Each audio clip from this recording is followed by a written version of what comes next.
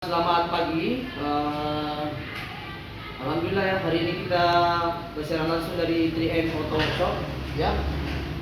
Jadi kita hari ini sharing tentang bagaimana sistem aircon itu beroperasi.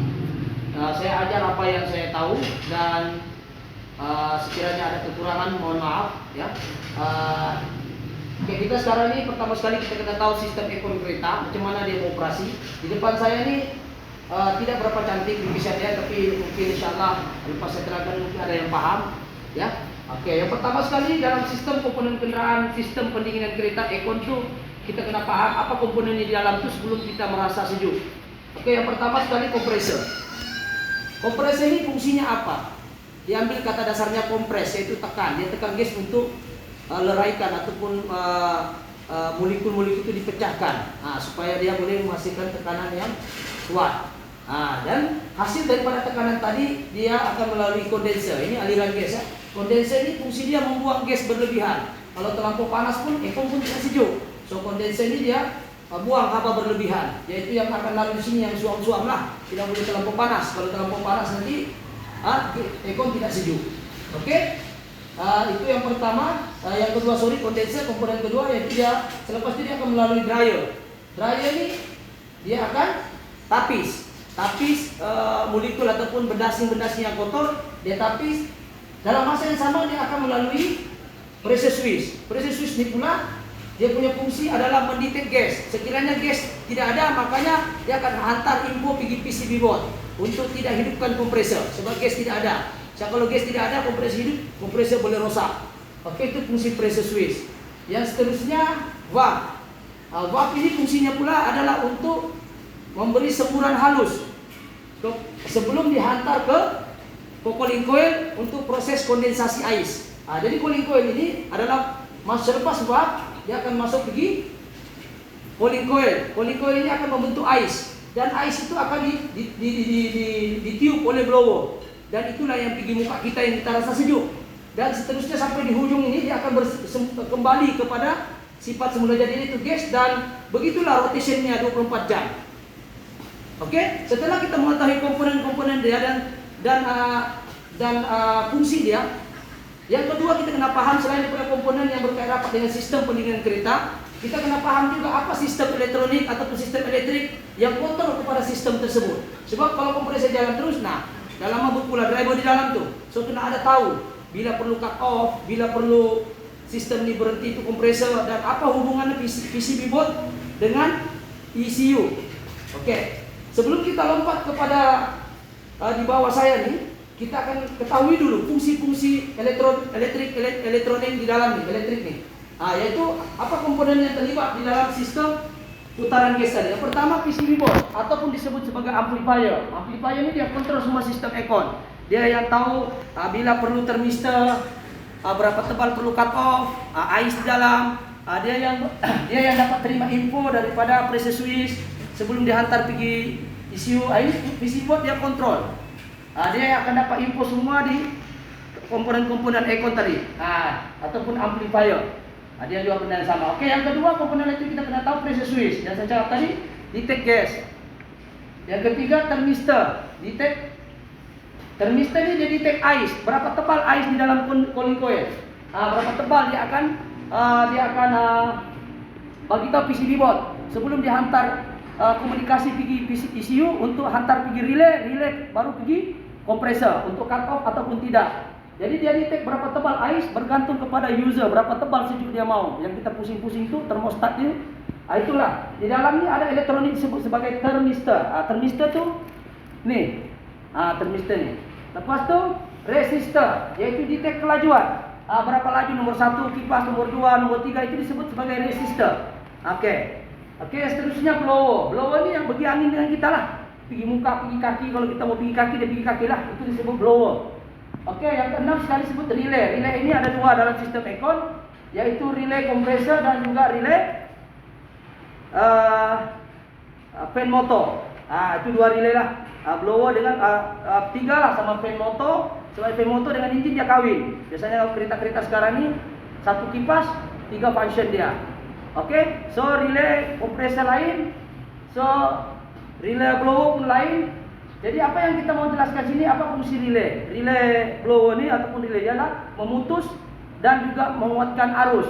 Ya, sebab kita tahu relay ini kalau tiada relay arus agak jauh dia berjalan. Jadi adanya relay ini dia memutus dan memperkuat. Dia bukan menambah, dia kuatkan saja sebab nomor 30 pergi 87 tu dia shortcut sana untuk kuatkan itu arus ke komponen-komponen elektrik yang lain. Itu fungsi relay lah, memutus dan menguatkan.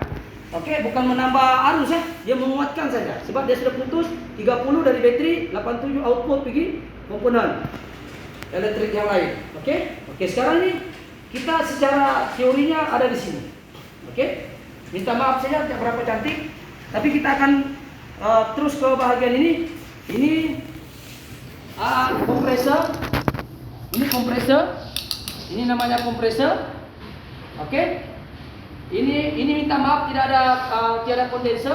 Gas akan melalui kompresor pergi kondenser. Lepas itu akan fan motor. Ini fan motor. Dia akan sedut waktu keluar haba berlebihan. Ini minta maaf, ini saya tahu radiator tapi tiada kondenser untuk dibikin sampel. Sudah dijual besi buruk. Jadi ini saja yang ada. Oke, ini anggaplah ini kondenser. Daripada sini pergi kondenser. Kondenser akan ditapis oleh dryer. Ini dryer, tengok kereta lah, ada dryer jenis botol, ada dryer yang combine dengan kondenser. Yang penting kita tahu dryer ini fungsinya menapis bahan bendasing-bendasing yang kotor sebelum dihantar ke valve.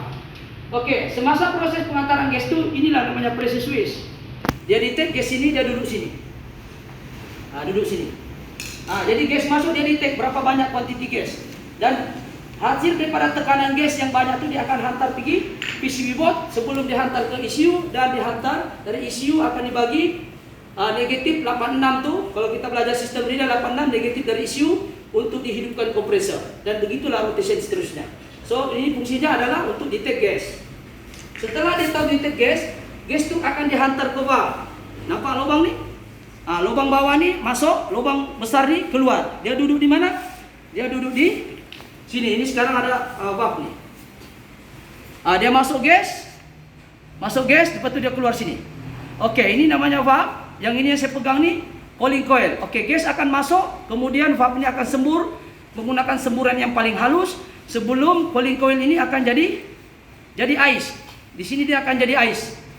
Jadi ice, datanglah si blower nih. Ini namanya blower. Datanglah si blower ini, tiuplah ice tadi sebelum pergi muka kita. Ini blower dia. Jadi blower ini pula dikontrol oleh siapa? Kelajuan dia dikontrol oleh resistor. Terkadang tadi resistor, apa fungsi dia resistor? Detect kelajuan blower. Inilah yang kalau kita nomor 1 mau slow, nomor 2 mau slow, nomor 3 dan seterusnya, nomor 4. Ini yang mendetek resistor.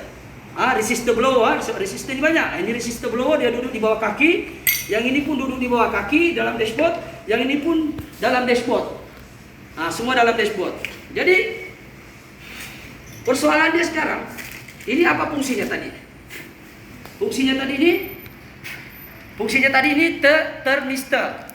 Thermistor ini fungsinya adalah mendetek berapa tebal ice yang kita mau. Dia duduk di mana? Dia duduk di cooling coil. Dia duduk di cooling coil. Oke, dia duduk macam ni. Ini nampak ni. Dia duduk gini. Dia duduk sini, berapa tebal ice di sini?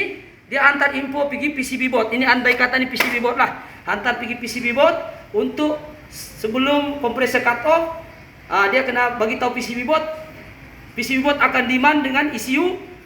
Sebelum ECU bagi signal negatif yaitu 86 dan seterusnya kompresor akan cut off ataupun hidup. Bergantung kepada arahan ECU. ECU bergantung pada PCB dan PCB bergantung kepada info-info elektrik yang ada di kawasan aircon. Oke, so sini dia akan detect. Dan ini berapa tebal ice bergantung kepada berapa tebal user guna ketebalan resistor mau sejuk, lambatlah dia cut off. Kalau kita pusing kiri kurang sejuk, lajulah dia cut off. Cuma berapa tebal ice itu tadi siapa yang detect? Ini thermistor. Thermistor ini pula bergantung dengan siapa? Bergantung pada pengguna lah kita. Berapa tebal ice kita mau, berapa sejuk dalam kenderaan. So apabila dia detect sudah sejuk ikut apa customer mau, apa user mau, dia akan bagi tahu PCB, PCB bagi tahu ECU, ECU hantar info pergi relay, relay akhirnya cut off itu kompresor. Oke, begitulah dari punya carta aliran bagaimana sistem di operasi. So sekiranya berlaku kecacatan pada sistem tadi, maka aircon tidak sejuk, boleh jadi kompresor kong, boleh jadi juga cooling coil kotor, boleh juga jadi daripada fan itu tidak kuat, boleh jadi itu juga sumbat. Ini sumbat, valve nih, ini valve boleh sumbat, ada spring dalam nih, coba nampak sini, nampak nih, nampak lubang nih, ini boleh sumbat, spring dalam nih, boleh sumbat. So bila kita masukkan gas, dia tidak mau masuk gas. So apa yang paling penting ialah bila kita tahu aliran itu gas, so kita jangan sampai kita tidak flushing ataupun kita tidak servis aircon Anda setiap 50.000 km.